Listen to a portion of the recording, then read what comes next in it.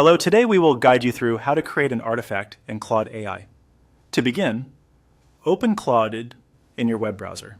Starting from the main Claude page gives you access to the tools and workspace you need to create and manage artifacts. If you are not already signed in, make sure you complete that first so the full interface is available. Once the page loads, take a moment to get familiar with the layout, since the next few actions happen in different areas of the screen. Next, look to the left side of your screen and click on Artifacts. This section is where Claude organizes artifact-based work, making it easier to create, view, and return to saved items later. If you are new to the platform, this is a useful area to remember because it acts as a dedicated space for building structured outputs rather than just having a standard chat conversation. After opening the Artifacts section, move your attention to the right side of the screen and click New Artifact.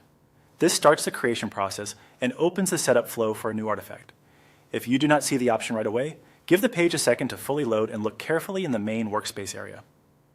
Selecting New Artifact tells Claude that you want to begin something separate and organized, rather than adding onto an existing item. Once the creation window appears, choose your preferred category.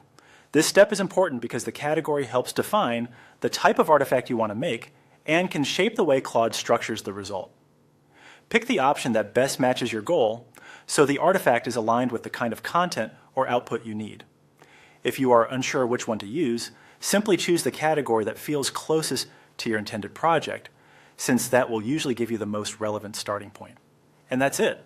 By opening Claude, going to the Artifacts section, selecting New Artifact, and then choosing your category, you've completed the basic process for creating an artifact in Claude AI. As a final tip, it can be helpful to think about the outcome you want before selecting your category, since that makes the setup faster and more accurate.